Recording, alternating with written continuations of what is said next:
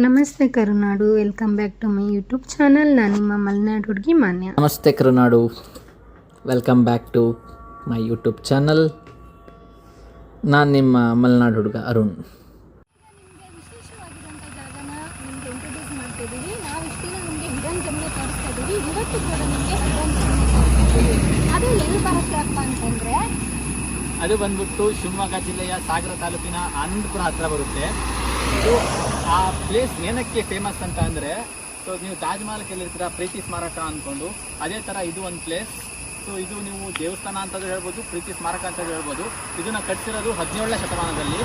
ಅದಾದರೆ ಇದು ಪವಿತ್ರವಾಗಿ ಅಷ್ಟೇ ಪ್ರಕೃತಿ ಸೌಂದರ್ಯದಿಂದ ಒಳಗೊಂಡು ಚೆನ್ನಾಗಿದೆ.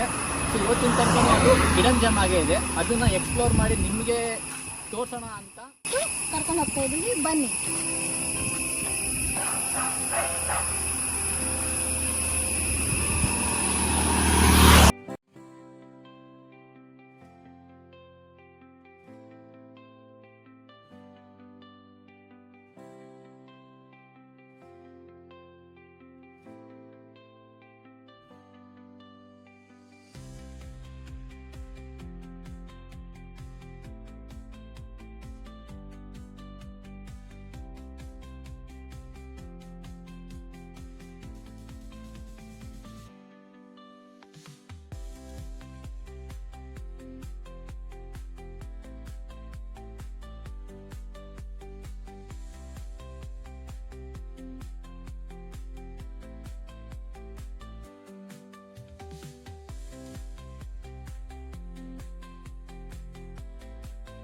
ನಮಸ್ತೆ ಕರುನಾಡು. ನಾವು ಅವಾಗಲೇ ಹೇಳ್ದಂಗೆ ನಾವು ಹಿಡನ್ ಜೆಮ್ಮನ್ನು ತೋರಿಸ್ತೀವಿ ಅಂತ ಹೇಳಿದ್ದೀವಿ.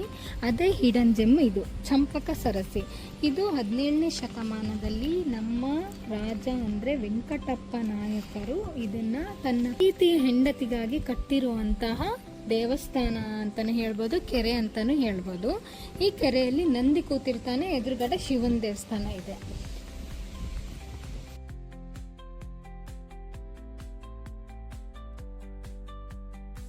ಕಡೆನೇ ಇರೋದು ನಂದಿ. ಅದೇ ಚಂಪಕ ಸರಸ್ಸಿಗೋಸ್ಕರ ನಮ್ಮ ವೆಂಕಪ್ಪ ನಾಯಕ ಕಟ್ಟಿರುವಂಥ ಸ್ಮಾರಕ. ಸೊ ಈಗ ನಮ್ಮ ಹಿರಿಯ ವೆಂಕಟಪ್ಪ ನಾಯಕ ಅಂತ ಅಂದರೆ, ನಮಗೆ ಹಿಸ್ಟ್ರಿ ಪುಟಗಳನ್ನು ತೆಗೆದು ನೋಡ್ತಾ ಹೋದರೆ ನಮಗೆ ಕೆಳದಿ ಡೈನಾಸ್ಟಿ ಸಿಗುತ್ತೆ. ಸೊ ಕೆಳದಿ ಡೈನಾಸ್ಟಿ ಅಂತಂದರೆ ನಿಮಗೆ ತುಂಬ ಜಾಗಗಳಿದ್ದಾವೆ. ಲೈಕ್ ಇಕ್ಕೇರಿ ಅಥವಾ ಕೆಳದಿ ರಾಮೇಶ್ವರ ದೇವಸ್ಥಾನ ಇರ್ಬೋದು, ಇಕ್ಕೇರಿ ಅಘೋರೇಶ್ವರ ದೇವಸ್ಥಾನ ಇರ್ಬೋದು, ಅಥವಾ ಅದೆರಡು ಬಂದ್ಬಿಟ್ಟು ಅವ್ರ ರಾಜಧಾನಿ ಆಗಿತ್ತು. ಹಾಗೆ ನಗರ ಕೋಟೆ, ಕವಲೆದುರ್ಗ ಕೋಟೆ, ಶಿವಮೊಗ್ಗದಲ್ಲಿ ಕೂಡ ಶಿವಪ್ಪನಾಯಕನ ಅರಮನೆ ಇದೆ. ಸೊ ಇದೆಲ್ಲ ಬಂದ್ಬಿಟ್ಟು ಕೆಲವೊಂದು ಹಿಸ್ಟ್ರಿ ಪುಟಗಳಲ್ಲಿ ಉಲ್ಲೇಖ ಆಗಿದ್ದಾವೆ. ಬಟ್ ಈ ಚಂಪಕ ಸರಸ್ಸು ಅನ್ನೋದು ಎಲ್ಲೂ ಉಲ್ಲೇಖ ಆಗಿಲ್ಲ. ಜಾಸ್ತಿಯಾಗಿ ಆಗಿರ್ಬೋದು, ಬಟ್ ಜಾಸ್ತಿಯಾಗಿ ಆಗಿಲ್ಲ. ಸೊ ಅದಕ್ಕೋಸ್ಕರ ಇದು ಒಂದು ಹಿಡನ್ ಜೆಮ್ ಆಗಿ ಉಳ್ಕೊಂಡಿದೆ. ಆಮೇಲೆ ನನಗೆ ಈ ಕಲ್ಲಿನ ಸೇತುವೆ ನೋಡ್ತಾ ಇದ್ದರೆ, ಶ್ರೀರಂಗಪಟ್ಟಣದಲ್ಲಿ ಕೂಡ ಒಂದಿದೆ, ಲಾರ್ಡ್ ವೆಲ್ಲೆಸ್ಲಿ ಬ್ರಿಡ್ಜ್ ಅಂತೇಳಿ. ಅದು ಕೂಡ ಕಲ್ಲಿಂದೇ ಸೇತುವೆ. ಕಲ್ಲಿಂದು ನಾನು ನಿಮಗೆ ತೋರಿಸ್ತೀನಿ ಮುಂದೆ ಹೋಗ್ತಾ. ಬಟ್ ಈಗ ಹೇಳ್ತಾ ಇರೋದು, ಸೊ ಅದು ಅಲ್ಲಿ ಕೂಡ ನೀವು ಈ ಥರ ಕಲ್ಲಿನ ಸೇತುವೆನೇ ನೋಡ್ತೀರಾ.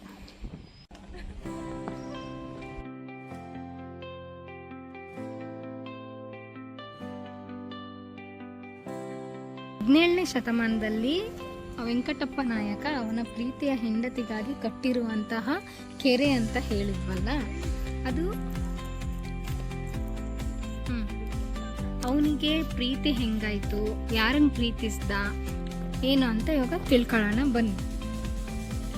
ಈ ವೆಂಕಟಪ್ಪ ನಾಯಕ 17ನೇ ಶತಮಾನದ ಒಂದು ಬಲಿಷ್ಠವಾದ ನಾಯಕನಾಗಿರ್ತಾನೆ. ಅದು ಕೆಳದಿ ರಾಜವಂಶಸ್ಥರ ಬಲಿಷ್ಠವಾದ ಹಿರಿಯ ವೆಂಕಟಪ್ಪ ನಾಯಕ ಅಂತಾನೆ ಇವನನ್ನು ಗುರುತಿಸಲಾಗುತ್ತೆ.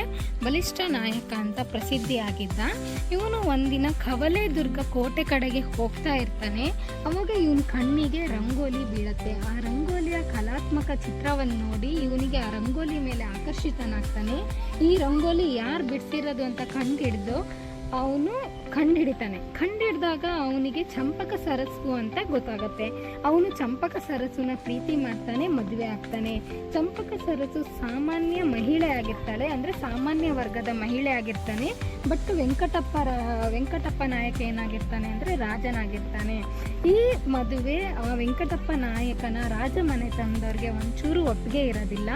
ಅವರೆಂತ ಮಾಡ್ತಾರೆ ಅಂದರೆ ಈ ಚಂಪಕ ಸರಸು ಮೇಲೆ ಅವಳ ಬಗ್ಗೆ ಇಲ್ಲ ಸಲ್ಲದ ಆರೋಪಗಳನ್ನು ಮಾಡ್ತಾರೆ, ಅವಳ ನಡತೆ ಬಗ್ಗೆ ಆರೋಪಗಳನ್ನು ಮಾಡ್ತಾರೆ.